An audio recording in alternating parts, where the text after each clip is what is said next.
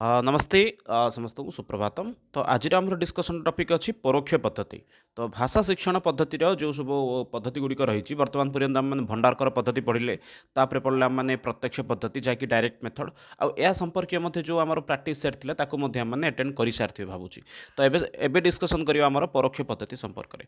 तो जो मैंने नुआ अच्छा तो से सोशल मीडिया साइट को तो फॉलो करेंगे। ये आपण टाइम टाइम प्रत्येक वीडियो नोटिफिकेशन मिल जाऊँगी। सहित प्रत्येक वीडियो जो आपको पीडीएफ रोचे और प्रत्येक क्लास सरला परे आपणकर प्रैक्टिस सेट पे मते गोटे क्विज टेस्ट रोचे ताहा मध्य आपण माने हमर सोशल मीडिया सेट पाइजिबे। तो चलंतु लेट न करी आरंभ करिबा। तो फास्ट ए क्वेश्चन देखंतु गोटे क्वेश्चन आपणकर तीन थर आछि। गोटे होची 16 19 21 कोन सेटा आउ सी होची 64 रे परोक्ष पद्धति कुत्र प्रचलित गद्य वाक्य पद्य अन्वय। तो यार तो आंसर आपण मानक आगु कहिबी। तो चलंतु फास्ट एक्चुअली विषय वस्तु हम पढिबा आरंभ करिबा। तो फास्ट परोक्ष माने कोन बुझछथि? परोक्ष अर्थ होची परोक्ष रूप से इनडायरेक्ट इंग्लिश टर्म जदि यार देखिबा इनडायरेक्ट मेथड माने प्रत्यक्ष अर्थ होची आखि आगे जहाँ घटिला। परोक्ष अर्थ होची आखि पछरे जहाँ घटिला ताहा होची हमर परोक्ष। तो गोटे विषय को जदि आम पढ़ाइबार अच्छी ताकू सीधा सड़क न पढ़े मैंने संस्कृत को संस्कृत न पढ़े जदि इनडायरेक्टली पढ़ाइबा ताल ताकू हम परोक्ष पद्धति बोली कहबा। तो परोक्ष पद्धति द्वारा आम प्रत्यक्ष पद्धति द्वारा आम शुणी कौन बोली कि प्रत्यक्ष पद्धति द्वारा आम मुख्यतः गद्य पढ़ा जाऊँगी बोली कि गद्य पढ़ाइबार आमर सहज उपाय होची प्रत्यक्ष पद्धति। तो परोक्ष पद्धति कौन कौच ना परोक्ष पद्धति कौच गद्य शिक्षण पद्य शिक्षण माने अधिक अधिक ये प्रयोग होता है कहीं गद्य आपण मैंने जो जेकोन शब्द अच्छी से शब्द को जमती थिला ताकू सेमती आपण माने परिवर्तन करी जदि कहिबे ताले किछि असुविधा हबो नाही। किंतु पद्य धरंतु गोटे धाड़ी जदि आछि से धारे जदि आपण सेही धाड़टा को सेमती डायरेक्ट जदि कहिदेबे ताले असुविधा हो जिवो काहेकि सेठी कर्ता क्रिया सब गोटे लाइन न थांती आग पछ होइकी थांती ताकू अन्वय करिया पड़े अन्वय करिक हमहु कहिया पड़े। तो सेही कारणରୁ आपनको एठी कोन अछि परोक्ष पद्धति सामान्य भिन्न रोचे। तो परोक्ष पद्धति आपको कौन करा पड़े ना गद्य नुहे बर पद्य पढ़ाई पारे आप। हाँ गद्य मत पढ़ाई पारे किंतु प्रमुखतः आपन को परोक्ष पद्धति मध्यम पद्य ही पढ़ा जाए पद्य पढ़ाई ही आपंकर कौन अच्छी ना परोक्ष पद्धति प्रयोग करा जाए। बाकी तापर आप काव्य पढ़ाई जो धरतु अन्वय पद्धति आस अन्वय पद्धति में श्लोक इत्यादि पढ़ाई पारे। तो अन्वय पद्धति जो जी से समय विषय डिस्कसन करवा। गद्य तथा पद्य अर्थ भवती तथा पद्य नवती वास्तविक रूप से गद्य जपरी आपर पद गुड़िक था सेमती आप पद्य न था। तो प्रत्यक्ष पद्धति द्वारा पद्य पाठन पद्य से रस उद्दीपक भाव नश्यते यही धारटी मन रखु।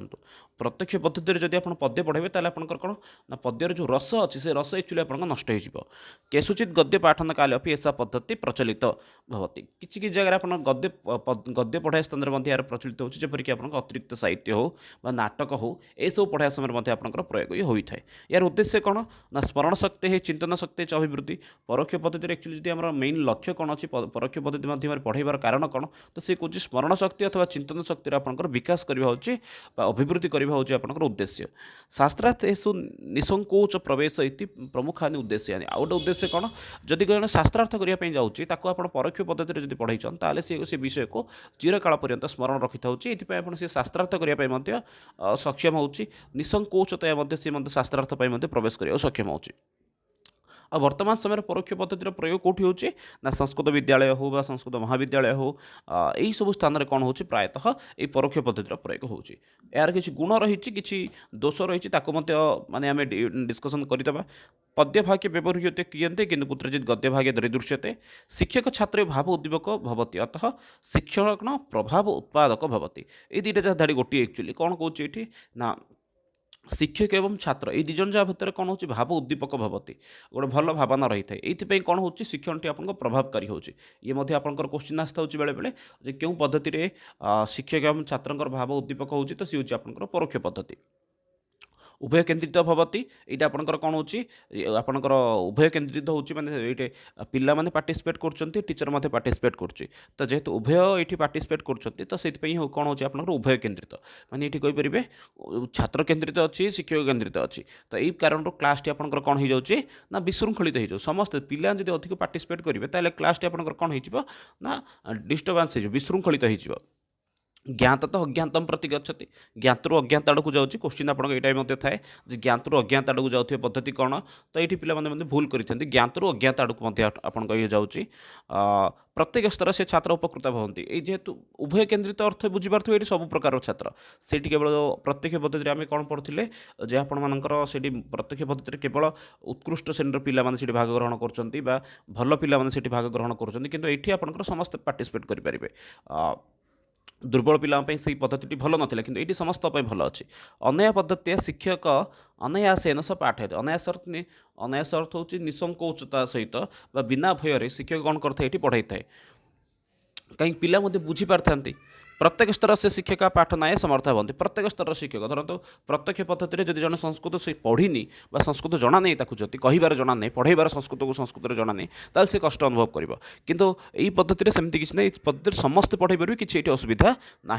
तो प्रत्येक स्तर शिक्षक भल प्रत्येक स्तर छात्र भल उभय केन्द्रित अटे ज्ञातरू अज्ञात आड़क जाए ये पद्धति आपंकर कौन गोटे बेस्ट पद्धति मनोविज्ञान पद्धति बोली कहींपारे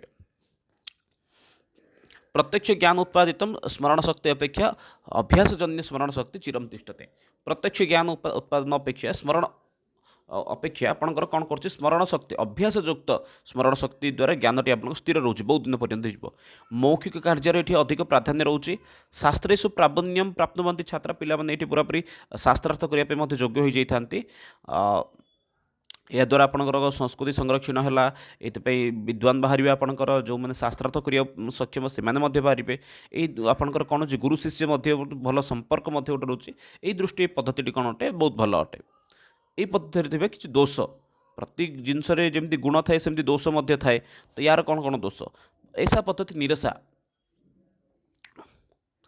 छात्र कंठस्थीकरण से प्रभाव छात्र प्रगति विकास स्थगित होती ये पद्धति कौन हो निरसा पद्धति ये पद्धति कौन हो पिला माने कंठस्थी करिए पड़ी था कंठस्थीकरण करने कारण पिलामानकर कौन हो विकास टिके कमी जाऊँगी जेहेतु कंठस्थीकरण घोषा विद्याटा समस्त प्रोब्लेम आगा तो ये कौन कौन कंठस्थीकरण कारण पिलामानकर विकास टिके कौन हो कमी जाऊँगी मेधावी छात्राणाम स्मरण शक्ति प्रखर कारण ते उपयुक्त होती मेधावी पिलामानकर स्मरण शक्ति अधिक से घुषी मन रखिदेले कि सामान्य पिला मन रखिपारे से उपयुक्त नुहे कक्षा वातावरण विशृंखलित होते फास्ट आपको कही यहाँ जेहेतु उभय केन्द्रित टीचर पार्टिसिपेट करुच्ची स्टूडेंट भी पार्टिसिपेट करुच्ची क्लास आप कौन हो विशृंखलित हो जाऊँगी अनया पद्धति परिपालन वर्णाशुद्धि व्याकरण नियम विषय यथोचित ज्ञानम न होती यही पद्धति परिपालन करने द्वारा आपंकर वर्ण अशुद्धि होती सहित व्याकरण नियम विषय आपंकर सठिक ज्ञान प्राप्ति होनी कहीं ये आप घोषिया को अधिक पड़े घोषिया कारण पिला इच्छा होनी पाठ पढ़िया को पिला डरिकी क्लास को आसुवे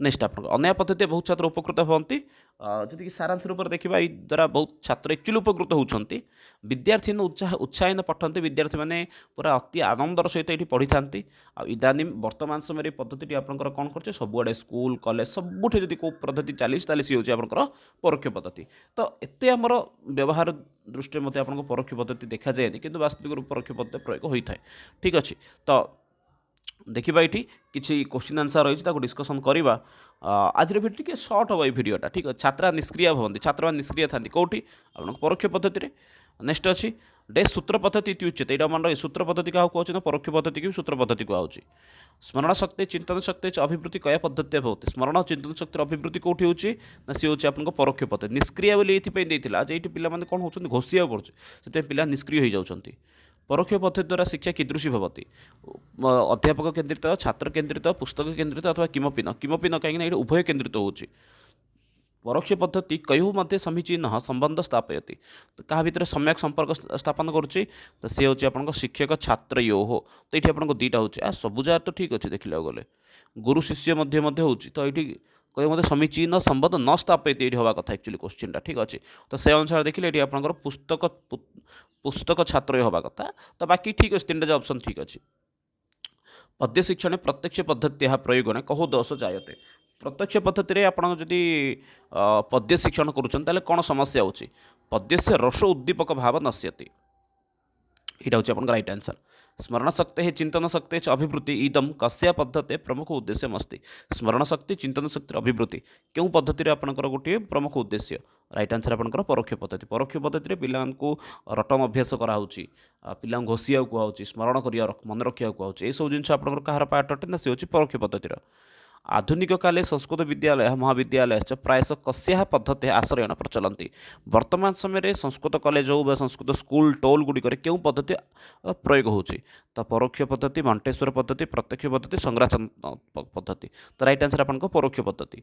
नेक्स्ट देखा परोक्ष पद्धति शिक्षण कीदृशम भवति। परोक्ष पद्धति शिक्षण किपरि होता है शिक्षक केन्द्रित छात्र केन्द्रित उभय केन्द्रित। तो राइट आंसर आपन उभय केन्द्रित समाज केन्द्रित तो नुहे जी शिक्षक केन्द्रित छात्र केन्द्रित आसला से उभय केन्द्रित। ज्ञाता अज्ञातम प्रति इति शिक्षण सूत्रम कस्याम पद्धतौ दृश्यते।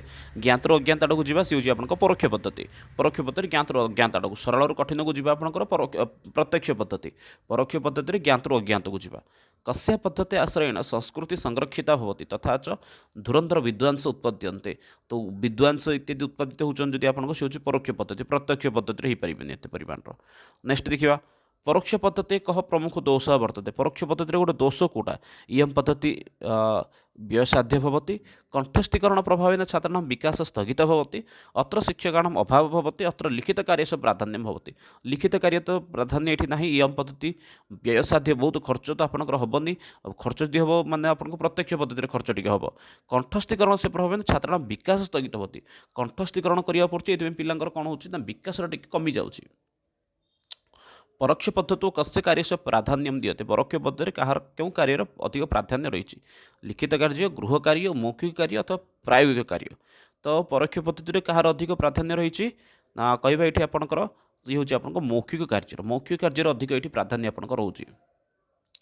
गद्य पाठन काले नाटक तथा अतिरिक्त साहित्य च का पद्धति क्वचित प्रचलती। गद्य पाठन समय नाटक इत्यादि आपंकर अतिरिक्त साहित्य क्यों पद्धति सामान्य रूप से प्रचलित होची। तो राइट आंसर आपंकर ये परोक्ष पद्धति ठीक अच्छे।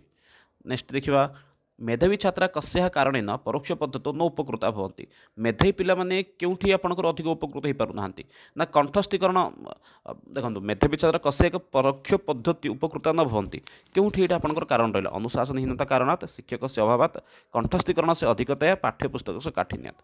गोटे मेधावी छात्र पे कौन आप मूल जिन रोचे मेधावी छात्र आप मेन जिन होची आप विषय को भल भाव बुझंतु किंतु ये आप घोषिया पड़ुची तो से फायदा होनी। तो राइट आंसर आपन ऑप्शन सी ये ठीक अच्छे। तो आशा करुच्ची तो ये थी आज आपंकर सेसन जोटि परोक्ष पद्धति विषय डिस्कसन कले कि इंपोर्टेंट जिनस कह गले आपंकर ये आस ज्ञात अज्ञात आड़क जा कौन पढ़ा जाऊँगी ये सब विषय आपंकर ये अधिक मुख्य रोचे। तो वीडियो को अधिक अधिक आपंकर क्लासमेट मान सहित सेयार करूँ और अन्य देखिए प्रोत्साहन दिंतु।